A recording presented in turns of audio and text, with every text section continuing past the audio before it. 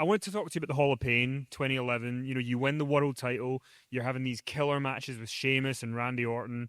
Why at that time? Like, how did you come up with the Hall of Pain, and why do you think that those opponents were what made it work so well? Because of the respect of the Hall of Fame. And I heard a conversation being had between two people that um, were not in the Hall of Fame. And they were saying, that son of a bitch wouldn't have got in if it wasn't for all of us helping him get in the Hall of Fame. Hell, he wasn't even that good a wrestler. Like, I'm listening to these two old timers just tearing this guy down, right? And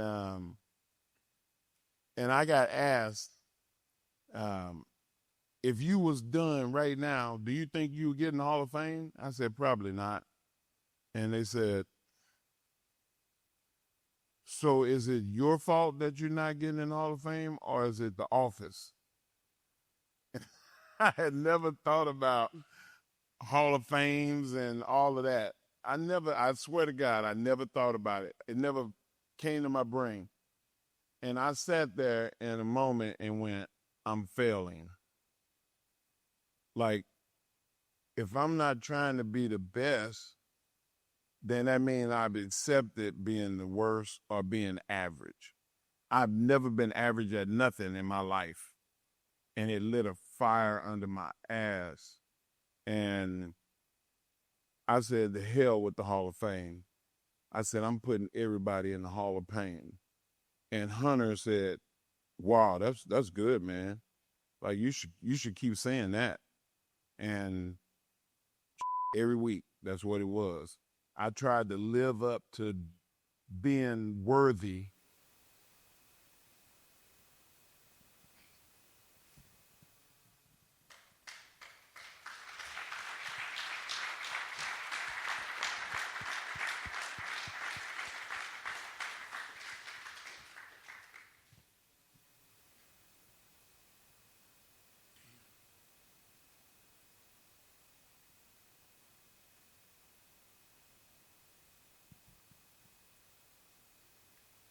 I think it's safe to say you did it.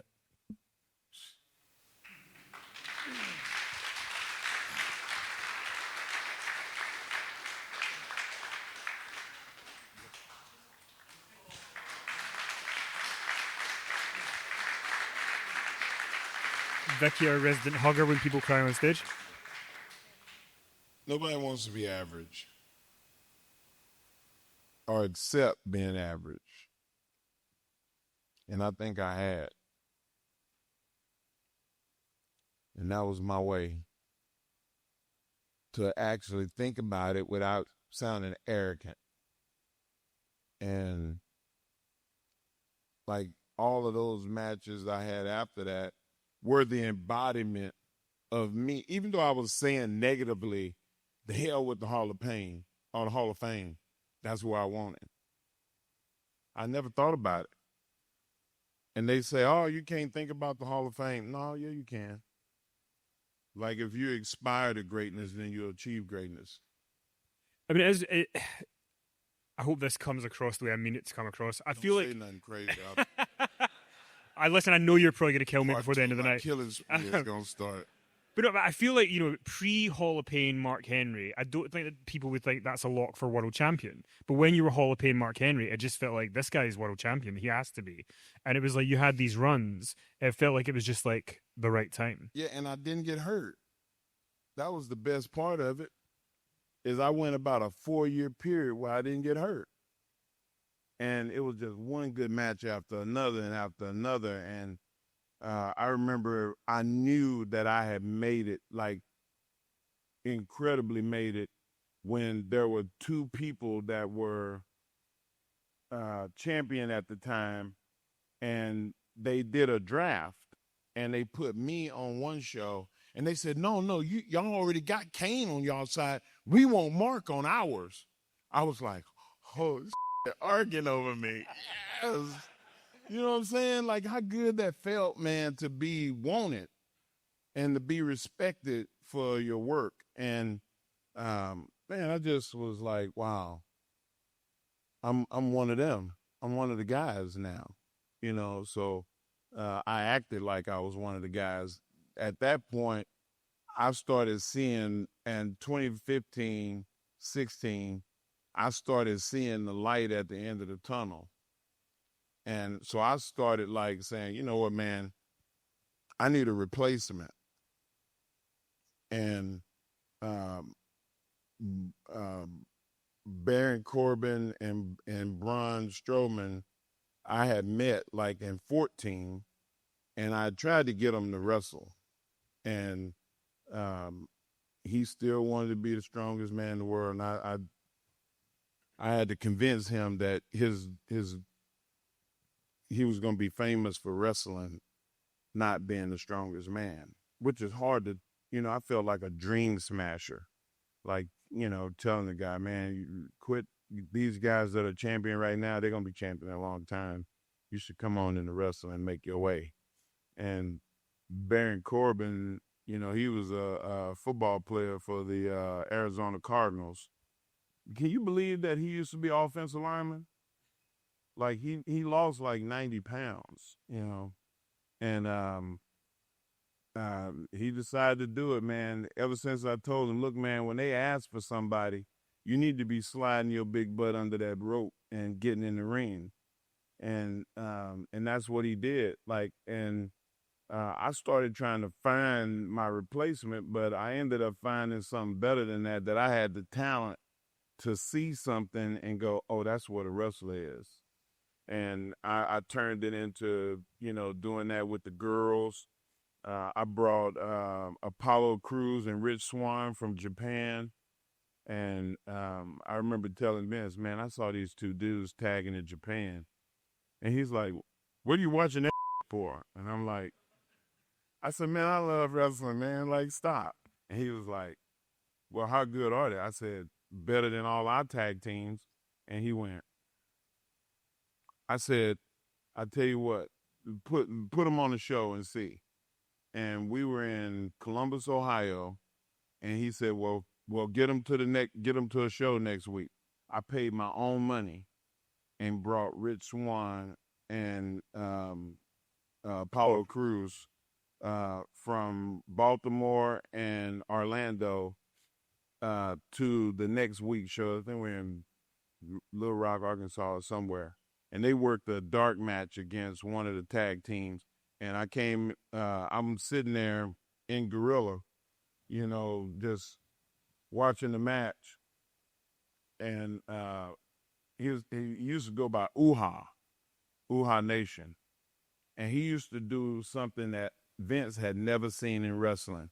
And you know what it's like to have a guy that's been around wrestling since he was 12 say, damn, I never saw that before. I felt like a damn genius, man. And he don't even do it no more. He stopped doing it when he came to WWE. He used to jump, and do a 450, bang, splash. He said it hurt his knees so bad that he just had to quit doing it. But he did something that Vince never saw. And for me to see that and bring that to Vince, Vince was like, I need you to start traveling with the development team. So I started going to the Olympics. I went to 2 Olympics, scouting talent and doing stuff. And I just did it because I thought it was the right thing to do. I never got paid a dime for it. I mean, you know, that you've parlayed new parts of your career, but we can't leave tonight without talking about the salmon jacket and the retirement with Cena. An episode of Raw, you come out. Was clap for that.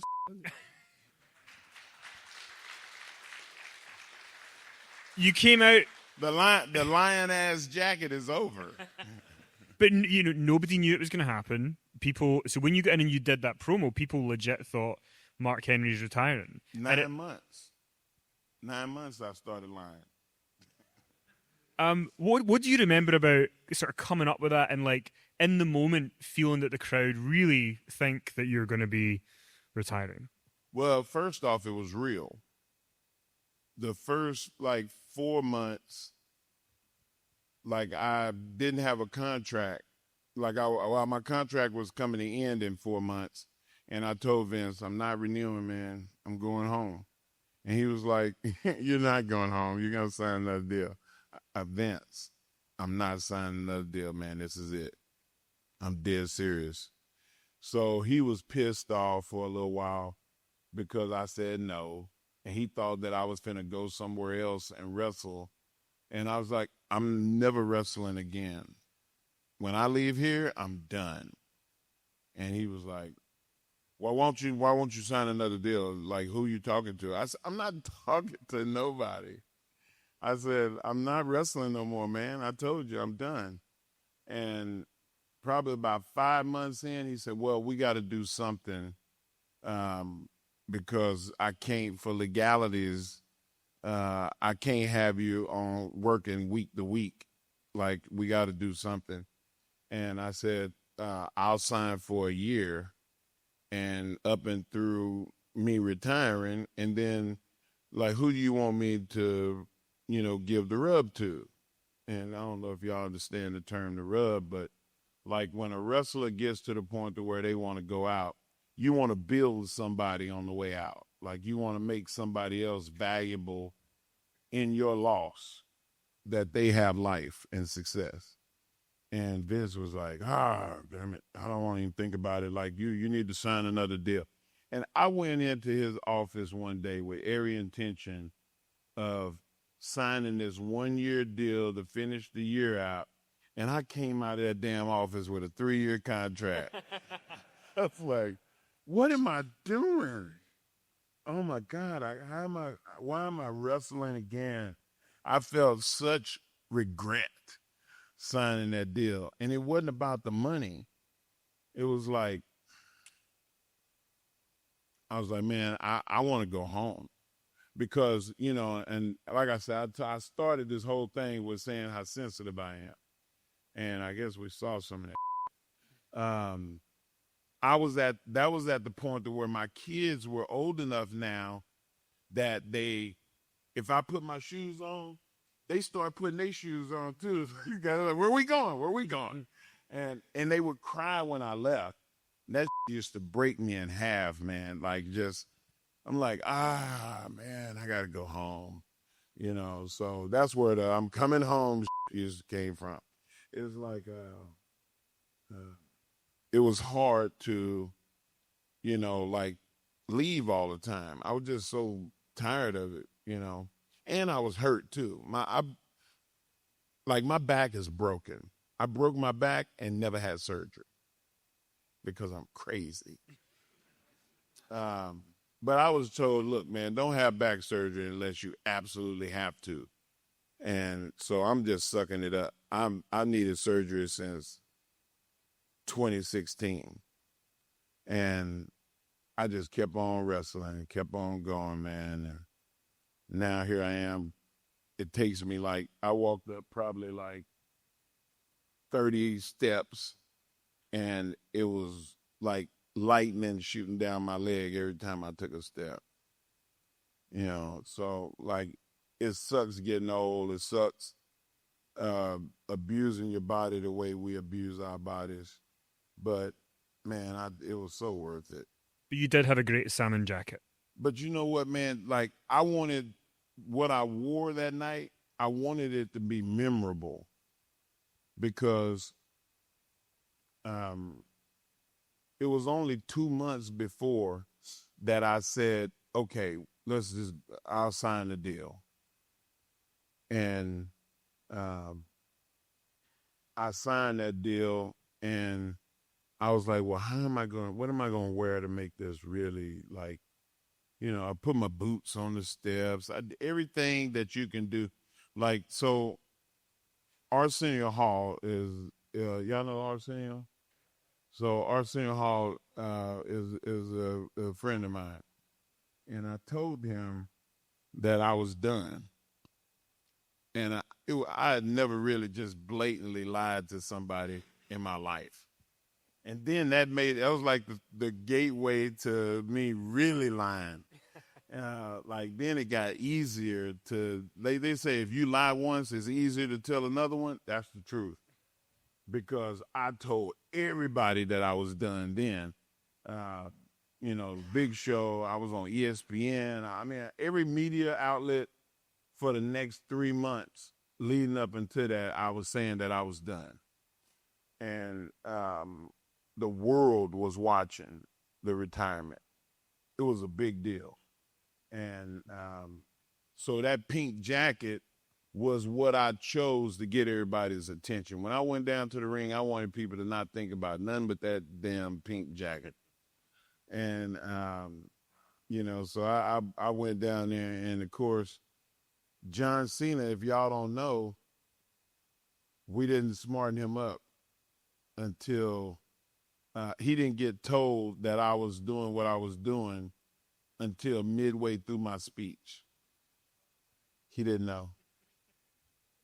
I never said that before, but they got all these damn shows on TV now telling everybody what happened in wrestling. So, he didn't know. And right before he got told, if you go back and look at it, I said the one thing that eluded me is the fact that I never won the WWE Championship. And he came through the ropes and handed it to me.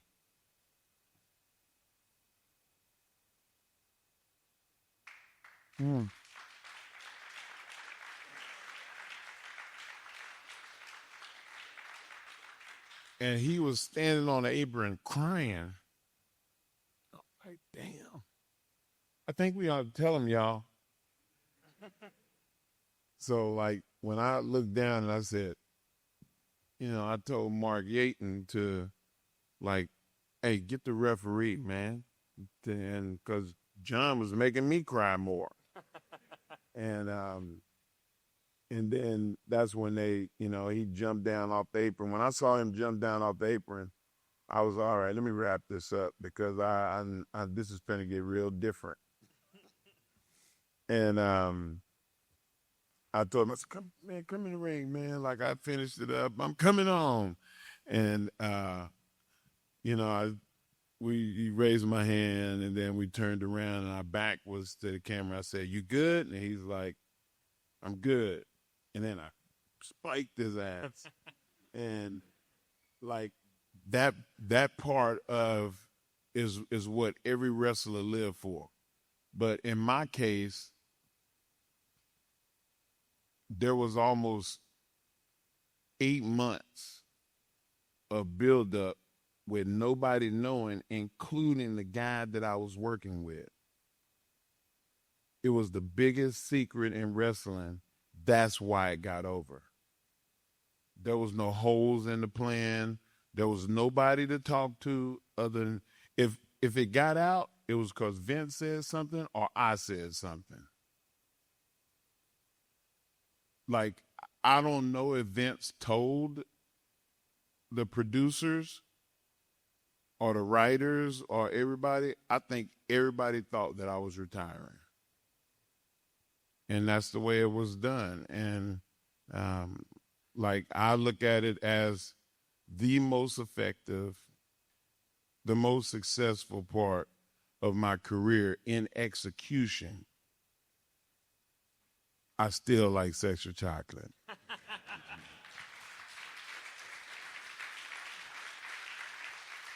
I do want to ask you a last couple of things. One thing that I really think you should be commended for is, so my favorite wrestler growing up was Hulk Hogan. He was my favorite. And in 2015, when all the stuff happened, people were angry and upset at him and what happened.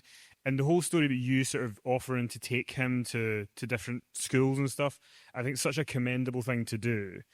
Does that sort of sit with you still, that you did that and kind of, because I know you've done the TMZ documentary and stuff. Does it still sit with you about sort of trying? Did you feel that you wanted to try and help him? Well, I knew different because when I saw him, most people would be like, "Oh, f*** him. I'm never going to speak to him again. I don't care." I was hurt. And I said, "Man, you mean to tell me all these years that we talked, you don't like me?" because of my color? No, Mark, that's bullshit. No. I said, well, what's the deal? He said he was upset. He don't want to hear about his daughter having sex with nobody. I'm mad. I was mad. I was half drunk, and I was acting like I was a tough guy, and I embarrassed myself. And I said, well, fix it. I said, there's a lot of people that still love you. They just want to hear you apologize. And he said, well, I've been advised not to talk about it no more. I said, that's a bad decision. Did you get the sense that he really was sorry about it? Yeah. Yeah, I was like, man, look, you're not a tough guy. I said, stop playing the role. I said, why? You value Hulk Hogan so much that Terry Bollea got to suffer? And he just dropped his head and wouldn't look at me. And I said, listen, man, I'm telling you, it can be fixed. And then Vince called me and said, hey, I want to hear your opinion on this. Terry said that you said it could be fixed. And I said, it can be, but he got to apologize. And he got to go to some of the black colleges, law schools, and he got to talk to them and tell them why it is he did what he did. And at the worst of it, minimally, me being in the place was a bad decision. What I did with my buddy and his wife was a bad decision. Drinking and doing drugs was a bad decision. Everything about it was bad. And then what I said was bad. I was just surrounded by bad and evil and no good this, and I'm sorry. Would have got fixed. And he wouldn't do it. And now he's not here to defend himself about it no more. And he can't apologize now. But I've had people that are very close to him tell me how he wished that he would have did it. I text with his daughter recently. Hey, man, I appreciate, even under the circumstances, you still always looked at my father different. If you ever need me, I'm here because I want to try to help repair his legacy. When they get ready to, they can't never apologize for him. No matter how much work that they do, it's not going to fix it with black people and white people that sympathize with black people and white people that are just decent humans. It's not gonna fix it now, but at least they will know when they go to glory that people won't look at them as like, hey, you was a part of the problem too, because they don't deserve that.